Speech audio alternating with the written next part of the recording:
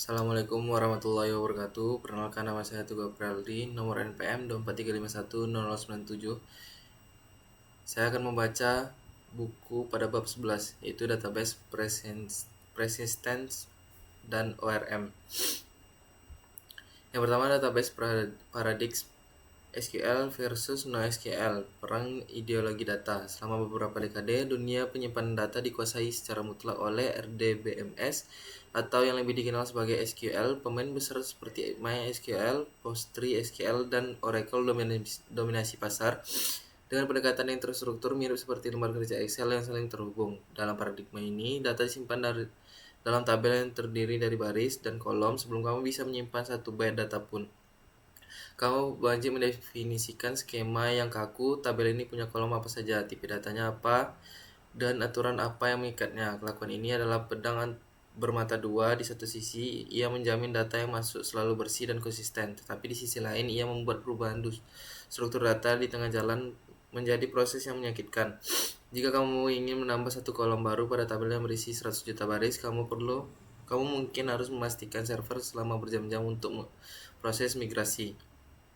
Namun, ledakan era big data dan sosial media melahirkan kebutuhan dan kecepatan data dan fleksibilitas yang tidak bisa dipenuhi oleh SQL tradisional. Inilah momen kelahiran NoSQL dengan MongoDB sebagai pentolannya. NoSQL membuang konsep tabel dan relasi yang kaku, menggantikannya dengan konsep dokumen yang disimpan dalam koneksi, dan pendekatan ini disebut skema-less atau skema fleksibel. Kamu bisa menyimpan data user A dengan file nama dan hobi, lalu menyimpan user B dengan file nama dan alamat dan riwayat pendidikan di koleksi yang sama tanpa masalah. Fleksibilitas ini sangat disukai oleh startup yang bergerak cepat, di mana struktur data aplikasi hampir berubah setiap minggu mengikuti fitur baru. Analogi sederhananya seperti SQL menata buku di rak perpustakaan yang dilabeli kategori, sedangkan NoSQL seperti melempar barang ke dalam ranjang belanja raksasa yang bisa memuat apa saja. Perbedaan fundamental lainnya terletak pada strategi scaling. Database SQL umumnya dirancang untuk vertical scaling. Artinya, jika servermu mulai melambat karena kelebihan beban, solusinya adalah CPU yang lebih cepat, RAM yang lebih besar, atau hard disk SSD yang lebih ngebut. Ini seperti mengganti mesin mobilmu dengan mesin jet. Ada batas fisik seberapa besar mesin yang bisa kamu pasang dalam satu bodi. Biaya untuk scale up cenderung eksponensial semakin tinggi spesifikasinya. Sebaliknya, NoSQL dirancang sejak awal untuk horizontal scaling. Artinya, kamu cukup memberi server murah dalam jumlah banyak dan menyambungkan menjadi satu klaster raksasa. Data akan dipecah-pecah dan disebar ke berbagai server. Jika beban bertambah, kamu tinggal menambah server baru ke dalam jaringan tanpa perlu memastikan sistem utama. Kekuatan utama SQL yang sulit ditandingi oleh NoSQL adalah kemampuan join. Dalam SQL, memecah data ke dalam tabel terpisah dan menggabungkannya kembali saat query adalah operasi standar yang sangat efisien. Sebaliknya, NoSQL tidak dirancang untuk operasi join yang kompleks. Dalam NoSQL, praktik terbaiknya seringkali adalah denormalization. Menduplikasikan data agar cepat dibaca. Misalnya, alih-alih hanya menyimpan user ID di dokumen order, kita menyimpan seluruh objek user di dalam dokumen order. Ini membuat pembacaan yang sangat cepat, tetapi menciptakan mimpi buruk konsistensi data jika user mengubah namanya. Kita harus memperbarui namanya di ribuan dokumen order yang sangat tersebar. 2. Relation design. Seni menghubungkan titik-titik. Mendesain database relasional bukanlah sekedar membuat tabel, melainkan merancang arsitektur informasi yang efisien dan logis. Fondasi dari setiap tabel adalah primary key, sebuah kolom unik yang berfungsi sebagai identitas mutlak dari setiap baris data. Seperti nomor KTP bagi warga negara, PK menjamin bahwa meskipun ada dua orang bernama Budi Santoso yang lahir di tanggal yang sama, sistem tetap bisa membedakan mereka sebagaimana dua entitas yang berbeda. Praktik terbaik modern menyarankan penggunaan UUID atau CUID sebagai PK alih-alih auto increment integer, terutama dalam sistem terdistribusi. UUID mencegah tebakan data dan memungkinkan pembuatan ID di sisi aplikasi tanpa perlu bertanya ke database pusat.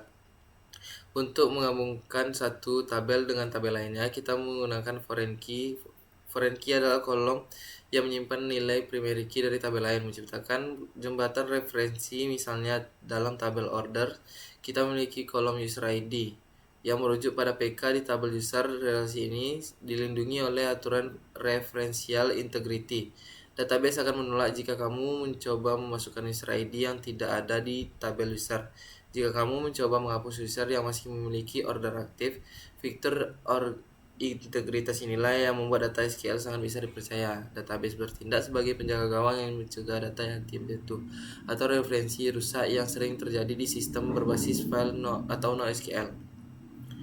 Ada tiga jenis relasi utama yang harus dipahami arsitek. One to one terjadi ketika satu baris tabel A hanya berhubungan dengan satu baris di tabel B. Contohnya user dan user profile. One to many adalah relasi paling umum di mana satu entitas induk memiliki banyak anak. Contohnya satu user bisa memiliki banyak post, tapi satu post hanya milik satu user. Terakhir, many to many adalah hal yang paling kompleks, contohnya mahasiswa dan mata kuliah. Database relasional tidak bisa menangani man-to-many secara langsung, tapi kita membutuhkan just junction table, misalnya tabel enrollment yang isinya hanya pasangan student ID dan course ID. 3. ACID properties janji suci transaksi. Dalam sistem database, terutama yang menangani uang atau inventaris kritis, kesalahan data sekecil apapun tidak bisa ditoleransi. Bayangkan skenario transfer bank, saldo Budi berkurang 1 juta, tapi server mati mendadak sebelum saldo Ani bertambah 1 juta. Uang 1 juta itu hilang di udara. Untuk mencegah bencana semacam ini, database relasional mematuhi sekumpulan properti yang disebut ACI atau atomicity, konsistensi, seleksi, dan durability. ACID adalah janji suci database untuk menjamin bahwa sekelompok operasi database akan diproses dengan andal, tidak peduli apapun badai teknis yang terjadi di tengah jalan. Huruf A berdiri untuk autosymmetry. Ini adalah prinsip semua atau tidak sama sekali. Sebuah transaksi mungkin terdiri dari 10 langkah operasi SQL yang berbeda. Autosymmetry menjamin bahwa jika langkah 9 gagal, maka langkah 1 sampai 8 dibatalkan, seolah-olah tidak pernah terjadi. Database akan mengembalikan keadaan data ke titik sebelum transaksi dimulai. Transaksi hanya dianggap sukses jika ke-10 langkah tersebut berhasil sempurna. Ini melindungi data dari keadaan parsial atau setengah matang yang korup. Huruf C adalah konsistensi. Properti ini menjamin bahwa transaksi hanya akan membawa database dari satu status valid ke status valid lainnya, mematuhi semua aturan yang telah didefinisikan. Misalnya, jika kolom saldo tidak boleh negatif dan sebuah transaksi mencoba mengurangi saldo hingga minus, database akan membatalkan transaksi tersebut demi menjaga konsistensi aturan. Ini berbeda dengan konsistensi data di aplikasi. Ini tentang integritas internal database itu sendiri. Data yang disimpan harus selalu masuk akal menurut hukum yang berlaku di dalam skema database tersebut.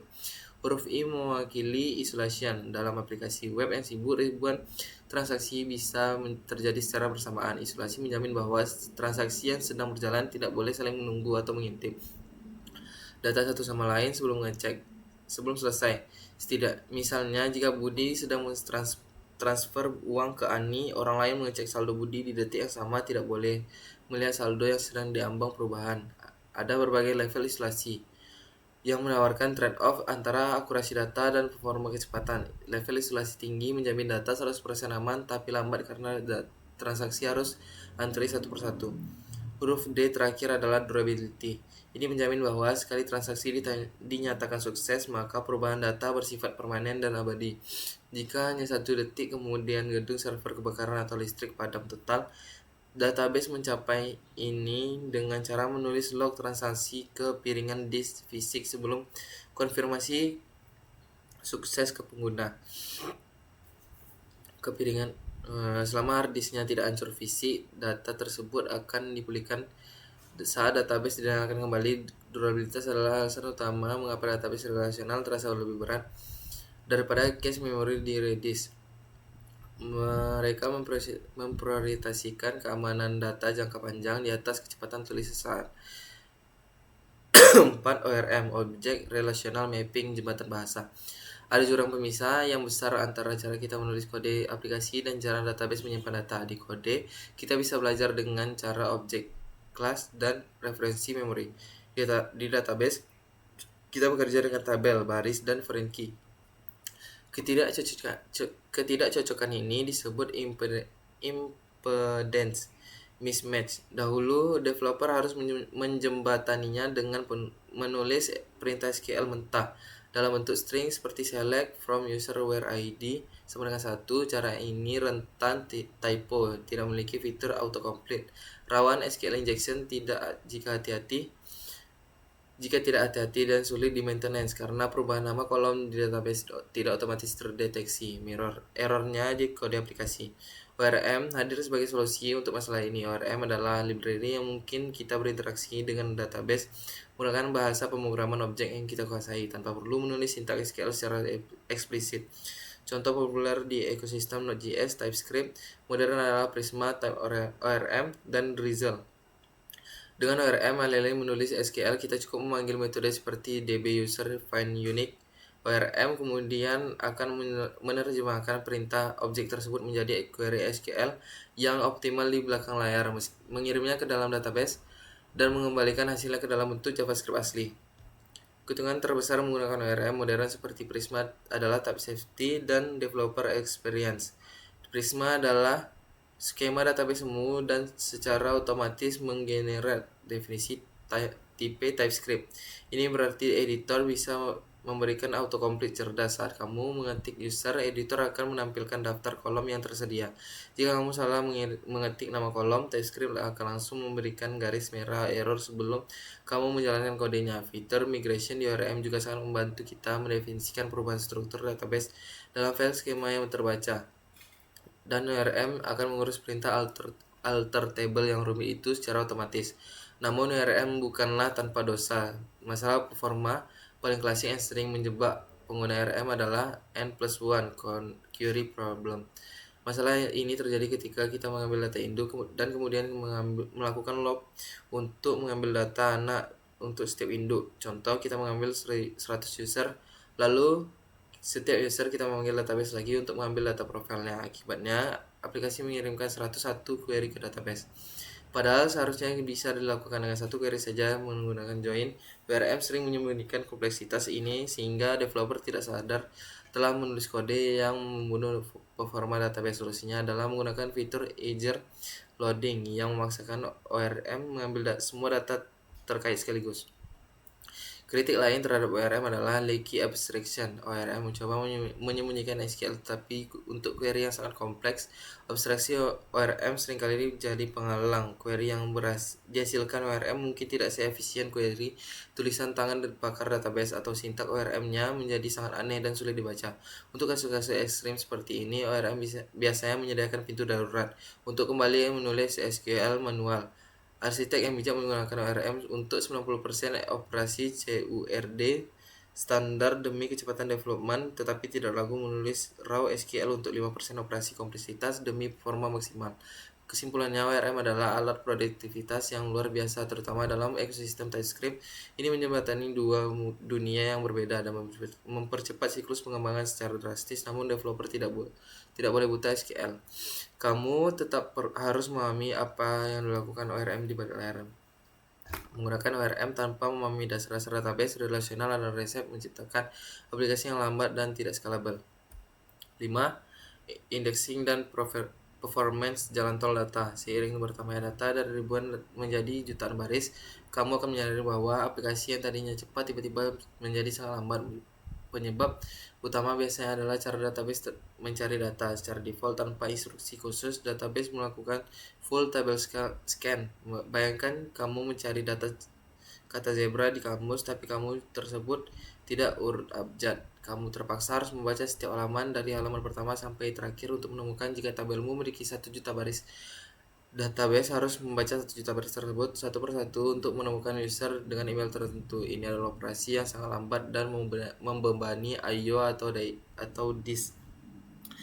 Solusi untuk masalah ini adalah indexing. Indeks adalah struktur utama data tambahan yang menyimpan nilai kolom tertentu dalam urutan yang rapi, mirip dengan indeks di halaman belakang buku paket atau katalog kartu perpustakaan. Struktur data yang paling umum digunakan adalah B-tree memungkinkan database untuk melakukan data dengan metode pembagian biner yang secara drastis menggunakan jumlah langkah pencarian mencari data di antara 1 juta baris. Dengan B-tree mungkin hanya butuh sekitar 3-4 langkah lompatan saja.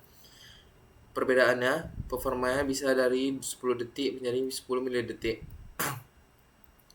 Namun indeks bukanlah sihir gratis yang memiliki harga yang harus dibayar, yaitu write penalty dan storage cost. Setiap kali kamu menambah, mengubah, atau menghapus di tabel utama, database juga harus memperbarui struktur indeksnya agar tetap sinkron. Semakin banyak indeks yang kamu pasang di satu tabel, semakin lambat proses penulisan datanya. Bayangkan perpustakaan di mana setiap kali buku baru masuk, perpustakaan harus menulis kartu indeks untuk judul, pengarang, tahun, dan penerbit sekaligus. Oleh karena itu, strategi indexing adalah tentang keseimbangan pasangan indeks hanya pada kolom yang sering dipakai untuk pencarian, pengurutan, dan penyambungan, dan hindari mengindeks kolom yang jarang diakses. Konsep tingkat lanjut yang perlu dipahami adalah composite index. Seringkali kita melakukan filter berdasarkan 2 kolom sekaligus, misalnya where last name Dewey, do, and first name John memiliki indeks terpisah untuk last name dan first name. Mungkin tidak optimal composite index menggabungkan kedua kolom tersebut dalam satu struktur urutan. Aturan penting di sini adalah leftmost prefix rule indeks gabungan. AB bisa dipakai untuk mencari A saja atau AB secara bersamaan, tapi tidak bisa dipakai untuk mencari B sendirian secara efisien. Urutan kolom sangat membuat indeks sangat menentukan efektivitasnya.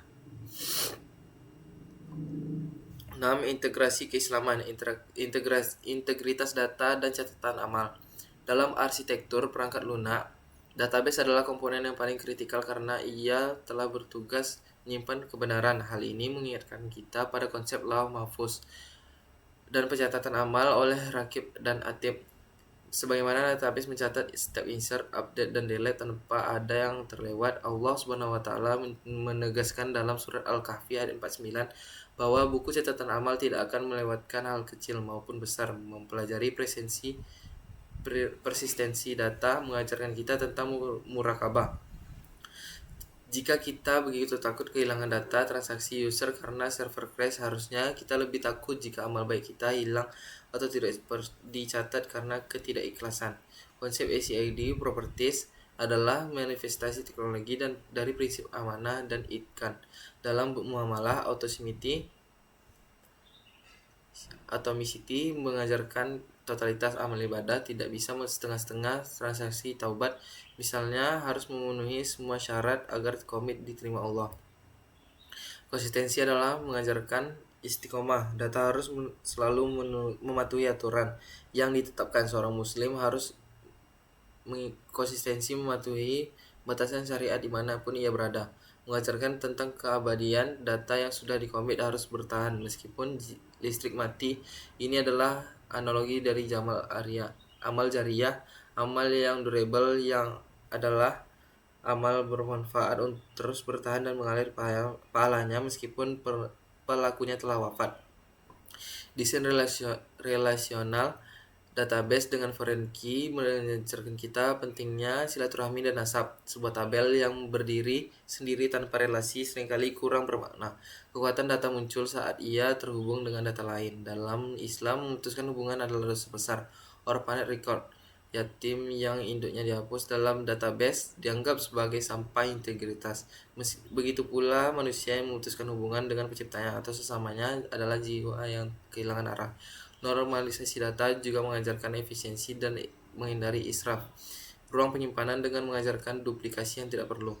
Menggunakan ORM mengajarkan kita tentang taisir, namun dengan peringatan akan bahaya taklid buta. ORM memudahkan kita berinteraksi dengan database tanpa menulis SQL rumit, mirip dengan orang awam yang mengikuti fatwa ulama. Namun masalah N+1 query mengingatkan kita bahwa ketidaktahuan akan dalil asli bisa menyebabkan kinerja yang lambat dan membebani sistem. Seorang arsitek yang bijak harus paham apa yang terjadi di balik layar abstraksi tersebut agar bisa mengambil keputusan yang paling maslahat. Terakhir, strategi indexing untuk mempercepat pencarian data adalah analogi dari persiapan menghadapi yaumul hisab. Indeks membuat pengambilan data menjadi sangat lambat. Di akhir kelak, hisab akan berlambung cepat bagi mereka yang terindeks dengan baik amalnya, yaitu mereka yang tertib hidupnya, jelas tujuannya, dan bersih hatinya. Sebaliknya, pencarian data tanpa indeks itu lambat dan berat, gambaran bagi mereka yang hidupnya semeraut dan penuh dosa, hingga proses hisabnya menjadi lama dan menyusahkan. Mengoptimasi database adalah latihan duniawi untuk memahami betapa pentingnya keteraturan demi kelancaran pertanggungjawaban. 7. Kesimpulan penjaga gawang data. Bab ini telah mengubah cara kita menyimpan data dari sekedar tempat menaruh file menjadi sebuah disiplin ilmu. Struktur dan integritas berikut adalah pilar-pilar manajemen data yang harus kamu kuasai. Yang pertama, ideologi data. 2. Desain skema dan fondasi. 3. Janji suci ICID. 4. ORM teman yang tricky. 5. Kecepatan bukan kebetulan.